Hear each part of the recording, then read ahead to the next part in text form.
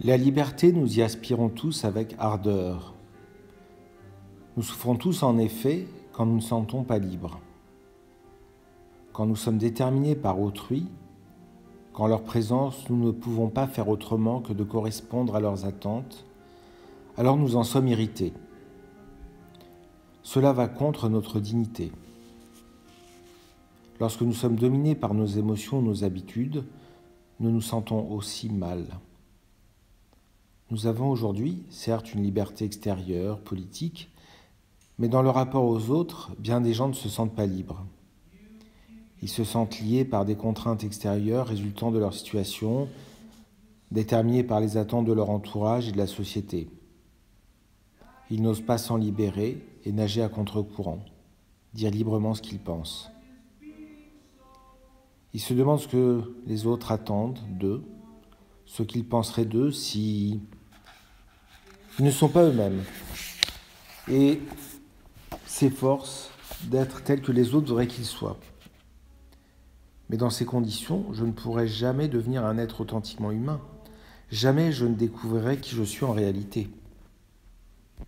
Dans leur communauté, les anciens Germains jouissaient de la liberté, de la plénitude des droits, de l'acceptation et de la protection par le groupe. Aucun lien de dépendance ne restreignait l'expression d'eux-mêmes. Je me sens libre quand je me sais aimer. Je ne suis pas alors obligé de me confronter, de me conformer aux attentions d'autrui, aux attentes d'autrui. J'ai le droit d'être tel que je suis.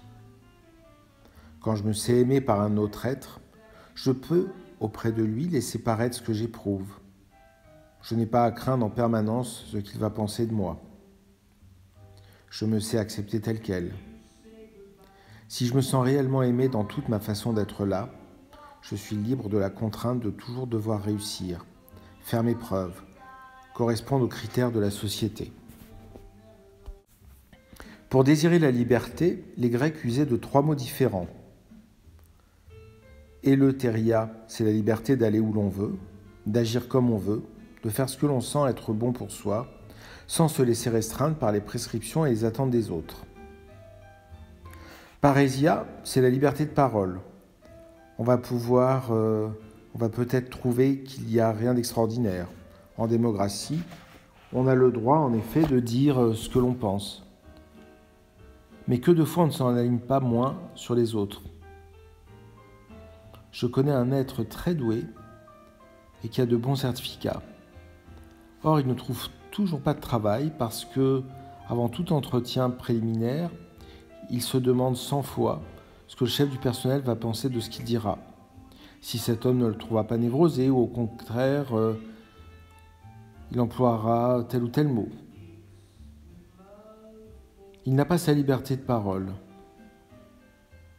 Libres, nous commençons à l'être quand nous pouvons nous montrer tels que nous sommes, quand nous sommes capables d'exprimer notre vérité en face des autres. Le 3e mot, autarkia, désigne le fait de disposer de soi-même, de s'auto-déterminer. Je peux décider moi-même de ce que je veux, de ce que je mange, en telle quantité, ou quand je vais jeûner. Ce sentiment de liberté intérieure, d'être mon propre maître, fait essentiellement partie de la dignité de l'homme. Bien des gens aujourd'hui sont mus par des besoins maladifs. L'ange de la liberté leur ferait du bien, en les aidant à se redresser et à disposer librement d'eux-mêmes. Une femme s'est éprise d'un homme. Or, celui-ci ne veut rien savoir d'elle. Bien qu'elle sache que cette relation n'a aucune chance et qu'elle puisse tout juste se faire du mal à elle-même, elle ne parvient pas à se détacher de lui. Elle aurait besoin de l'ange de la liberté pour recouvrer sa dignité et le sentiment qu'elle a malgré tout une valeur en elle-même, qu'elle n'a pas besoin de courir après cet homme. D'autres se sentent à l'étroit, emprisonnés dans le mariage, la famille, la communauté, privés d'espace pour respirer. Eux ont aussi besoin de l'ange de la liberté pour se sentir libres, même dans leur enfermement. La liberté intérieure me dit que nul ne peut disposer de mon véritable soi.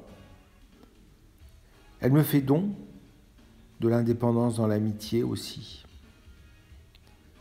Je ne me définis pas par rapport aux autres, je reste moi-même. Une telle liberté est nécessaire à la réussite d'une amitié, d'un mariage. Quand deux êtres sont collés l'un à l'autre, quand ils doivent s'assurer sans cesse de ce que l'autre pense, un tel confinement empêche la relation d'accéder à la maturité. Dans tout engagement, je garde un besoin de liberté. Je m'engage librement. Et dans l'engagement, je reste libre. Il est en moi un espace dont nul ne peut disposer. Je souhaite, ami lecteur, que l'ange de la liberté te fasse don d'une telle liberté intérieure, afin que tu puisses l'éprouver comme un être vraiment libre et vivre debout.